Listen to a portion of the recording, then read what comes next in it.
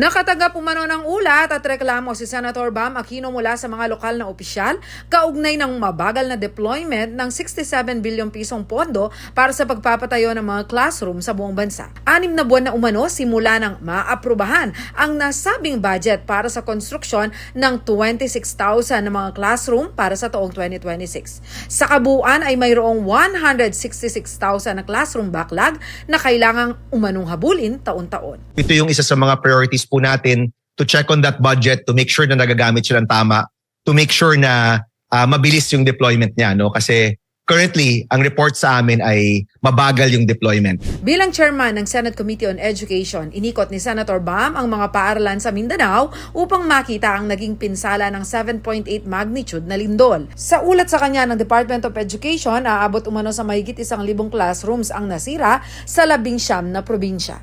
Pinakaapektado ang South Cotabato, North Cotabato at Sultan Kudarat. Kinakailangan ng hindi bababa sa 245.8 milyong piso para sa agarang paglilinis ng mga guho at pagkukumpuni ng mga eskwelahan. Ayon sa Senador, dagdag ito sa mga dapat habulin sa classroom building.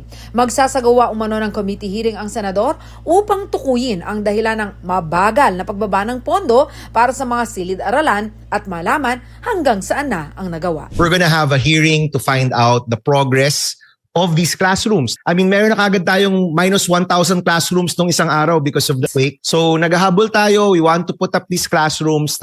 Yung pondo na pondohan ng Kongreso at ng Senado, we want to find out where this is at kung kumusta na to and if we can really start building 25,000 classrooms this year. Din ni Senator Aquino, hindi dapat maging hadlang ang burokrasya sa kaligtasan at kinabukasan ng mga kabataang Pilipino. Ito yung isa sa mga priorities po natin to check on that budget, to make sure na nagagamit siya ng tama, to make sure na mabilis yung deployment niya, no? Kasi currently, ang report sa amin ay mabagal yung deployment. You can imagine the trauma na pagdadaanan ng mga bata. No? So, ang raming kailangan gawin. Government needs to come in, act fast. No?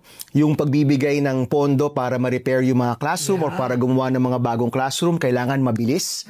And one of the priorities of our committee is also to check yung nakalaan na 67 billion pesos for 25,000 or so classrooms. Bumalik tayo sa isang Senado na nagtatrabaho, na gumagawa ng mga reforma para sa Pilipino, at hindi na yung puro conflict, puro away, puro drama. Bumalik tayo sa pagtulong sa taong bayan. Siniguro naman ni Senator Bam na tutulong siyang makipag-ugnayan sa Department of Education, sa CHED at iba pang ahensya ng gobyerno upang matiyak na mabibigyan ng kaukulang suporta ang mga paaralan para sa rehabilitasyon at pagkumpuni ng kanilang mga pasilidad.